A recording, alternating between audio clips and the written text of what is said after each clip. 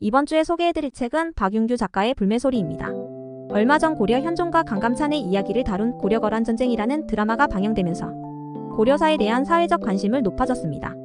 그래서인지 요즘도 고려사를 조명한 책들이 제법 보이더라고요. 이 책은 세계 최강의 몽골을 물리친 고려시대 충주의 다인철소 전투를 다룬 소설인데요. 박윤규 작가로서는 반가운 소식일 겁니다.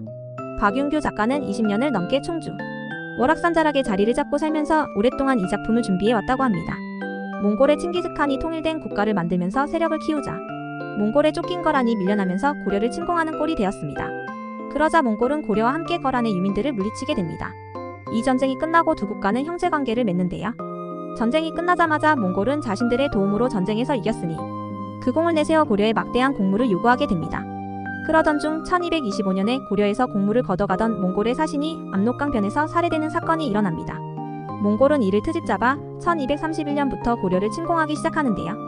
1258년 고종이 몽골과 강화를 맺을 때까지 몽골은 지속적으로 고려의 땅을 유린합니다. 전쟁이 장기전이 될 것을 예측한 고종은 수도를 개경해서 강화도로 옮기고 몽골에 대항할 준비를 하지만 실제로 몽골을 맞아 싸운 것은 대부분 지방의 향리들과 농민들 그리고 천민들이었습니다. 충주의 다인철소 전쟁도 몽골의 대군을 맞아 싸운 것은 지방 호족들과 다인철소의 주민들이었습니다. 이 책은 다인철소의 주민들이 세계 최강의 몽골을 맞아 싸워 물리친 기록을 담았습니다. 박윤규 작가는 경남 산청에서 태어났는데요. 서각을 하고 있는 아내와 함께 충북 충주에 살다가 지금은 청주에 집을 짓고 작품 활동을 이어가고 있습니다. 박윤규 작가는 이미 버들붕어 하킴이나 산왕부루 같은 동화책으로 많이 알려진 동화 작가인데요. 오랫동안 충주의 월악산자락에 집을 짓고 지내면서 이 작품을 준비해왔습니다. 박윤규 작가는 5월 문학상에 소설이 당선되었고 세계일보 신춘문예에는 시가 뽑히면서 문단에 나왔는데요. 지금까지는 책을 보면 그림책부터 동화책, 시집과 역사책에 이르기까지 다양한 방면의 책을 내고 있습니다. 이번에 써낸 불매소리라는 역사소설 역시 그동안 꾸준히 역사 공부를 이어왔기에 가능한 일이었습니다. 이 소설의 배경이 되는 충주는 내륙 깊숙이까지 해상 운송이 가능한 곳입니다. 조선시대 말에 이르면 나라의 세금의 25% 정도가 충주에서 한 해를 묵고 그 이듬해 한양으로 옮겨졌습니다. 그리고 무엇보다 충주는 질 좋은 철이 생산되는 곳으로 널리 알려져 있었습니다. 얼마 전엔 다인철소가 있었던 강 건너편인 충주 칠금동 지역에서 백대 시대의 것으로 추정되는 제철 유적이 대량으로 발견되기도 했는데요. 이를 보면 오래전부터 충주 일대는 중요한 철산지였던 것 같습니다. 그래서 충주엔 다양한 철불이 존재합니다.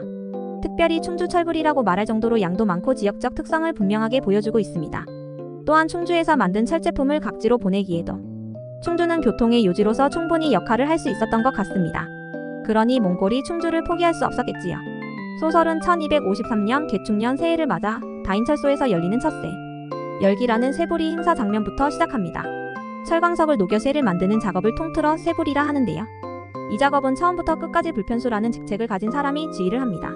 다인철소 첫새 열기를 시작하라 는 불편수의 지휘가 떨어지자 숯쟁이들은 숯을 가마에 붓고 쇠쟁이들은 가마 안으로 철광석을 쏟아붓습니다. 불매꾼들은 불매소리를 매기며 쇠불이 작업에 힘을 보탭니다. 느릿느릿 시작하여 점점 빨라지는 불매소리는 쇠불이 작업의 속도를 제어하기도 하고 행사의 장엄함을 소리로 드러내기도 하며 흥겹게 이어집니다. 이 행사는 충주부사를 비롯한 귀족과 관리들이 모두 참석하는 큰 행사였는데 바로 이 자리에서 산성방호 별감으로 임명되어 충주성으로 내려온 김윤우 장군이 소개됩니다.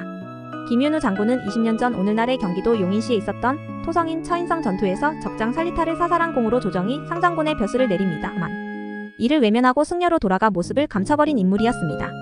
그에 대한 소문은 구름을 타고 하늘을 날아다닌다거나 호랑이를 타고 상가들을 누빈다는 등 신비한 영웅의 이미지를 만들어냈습니다. 그런 김윤우가 전쟁을 앞둔 충주성을 지키겠다고 나타났으니 백성들로서는 대단히 반가울 일이 아닐 수 없었습니다. 우렁찬 박수와 환호로 그를 반갑게 맞이합니다. 김윤우 장군이 등장하자 불매소리를 내지르던 달래는 물론 원광석을 나르고 숯을 옮기던 망치와 모루도 장군 밑에서 뭐라도 하겠다는 기대를 키우며 기운을 냅니다. 행사를 마치고 어느 날 달래와 모루, 망치는 운학스님과 김윤우 장군이 차를 마시는 운학사를 찾아갑니다. 찬물로 쓰일 달천에 물을 떠다드린다는 핑계를 삼았지만 김윤우 장군께 청할 것이 있었던 모양입니다. 김윤우 장군을 보자마자 모루는 장군 휘하의 병사가 되고 싶다고 청합니다. 갑작스런 제안에도 장군은 당황하지 않고 몇 가지 시험을 거쳐 허락을 합니다. 본래 철소 사람들은 평생 철소를 벗어날 수 없습니다. 이는 기술자가 빠져나가는 것을 막기 위한 규약 같은 것이었다고 합니다. 다인철소에 대한 고려사의 기록은 지리지에 달랑 한 줄 나옵니다. 다인철소 주민들이 몽골군을 방어하는 데 공을 세웠으므로 고종 42년 그러니까 1255년이 될 텐데요. 소를 이간년으로 승격하였다가 그것인데요. 유교를 통치 이념으로 삼았던 조선이 불교를 중히 여겼던 고려의 사료들을 제대로 보관하지 않았거나 폐기했을 가능성을 말하는 사람들도 많습니다. 자료가 부족한 중에도 어렵게 자료를 모으고 상상을 보탤 수 있었던 것은 저자의 탄탄한 역사 공부뿐만 아니라 충주의 지역 사학자들의 도움도 컸다고 합니다. 지금은 중앙탑이라 부르는 타평리 7층 석탑을 둥글게 도는 탑돌이를 앞두고 달래와 망치가 자유롭게 장난을 치는 장면을 만나볼 수 있는데요. 고려시대까지는 여성의 사회적 지위가 남자와 크게 다르지 않았던 것 같습니다.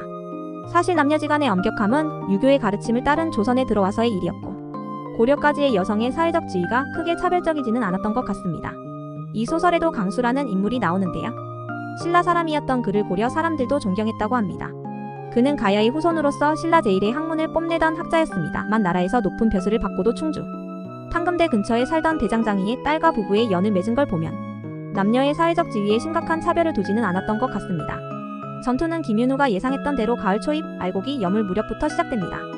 김윤우는 몽골이 식량 대부분을 현지에서 조달할 것이기 때문에 들판이 누릇누릇해지는 때를 기다렸다가 쳐들어올 것이라 예상했습니다.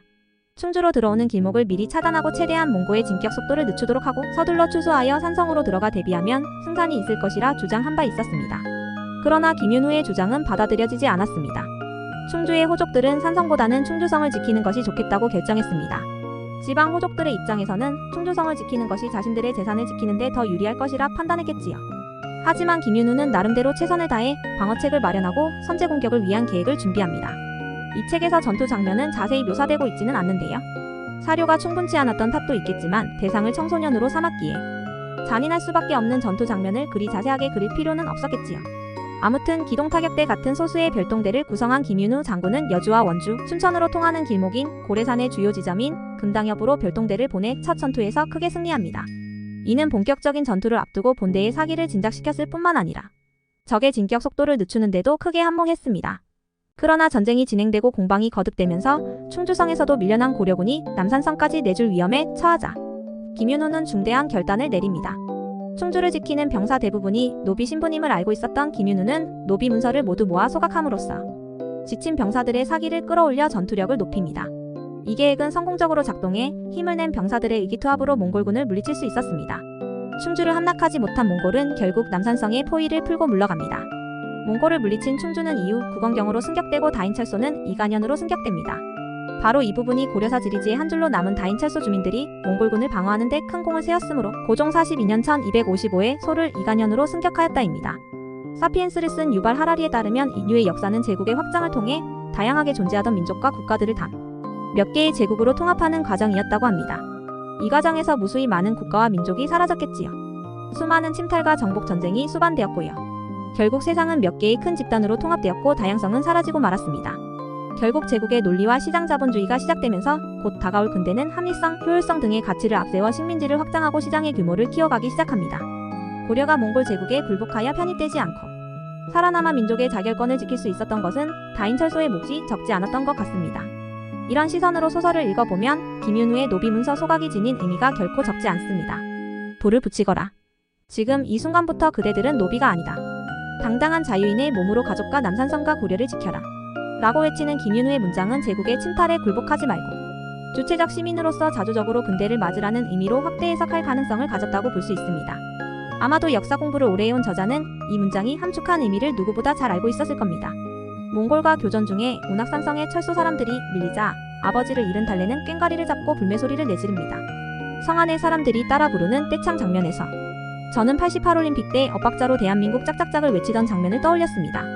박윤규 작가가 살았던 충주의 집이 제가 사는 집 근처에 있었기에 88년에 수안보에서 함께 응원하며 즐겼던 기억이 떠올라 가슴 뜨겁게 읽었던 장면입니다. 이렇게 경험을 공유하거나 동질성을 확인할 수 있는 것을 찾아내 환호하고 연대하고 끈끈한 의리를 만드는 것이 때론 감동적이긴 합니다. 하지만 우리가 역사에서 배워야 할 성찰은 어쩌면 나와 다른 존재를 확인하는 일이며 그것을 존중하는 일이며 다른과 공존할 수 있는 방법을 찾아내는 일이라고 생각합니다. 하지만 우리의 일상은 나와 같지 않은 다른 것을 기꺼이 받아들이고 환대하는 일이 쉽지는 않습니다. 시장자본주의라는 체제가 공고해지면서 노동은 규격화되었고 효율을 앞세운 통제는 강화되었습니다. 그럴수록 우리 사회가 살피거나 보듬지 못한 것들에 대한 깊은 성찰이 더욱 필요하다고 생각합니다. 전쟁은 시장과 제국을 확장하는 데 중요한 정책의 일환이기도 했을 텐지만 전쟁 소설을 읽는 독자들이 챙겨두고 생각해야 할 것들은 더 많이 늘어났을 겁니다. 노자가 생각한 국가는 소국가민이었다고 합니다. 물론 상징적이겠지만 국가의 규모가 닭가게 오름, 소리가 들릴 만한 거리 안에 있는 이웃 정도라고 생각하면 좀 소박해지고 순해지는 느낌이 들지 않나요? 역사 소설 읽기를 통해서 이런저런 생각들이 많아졌으면 좋겠습니다.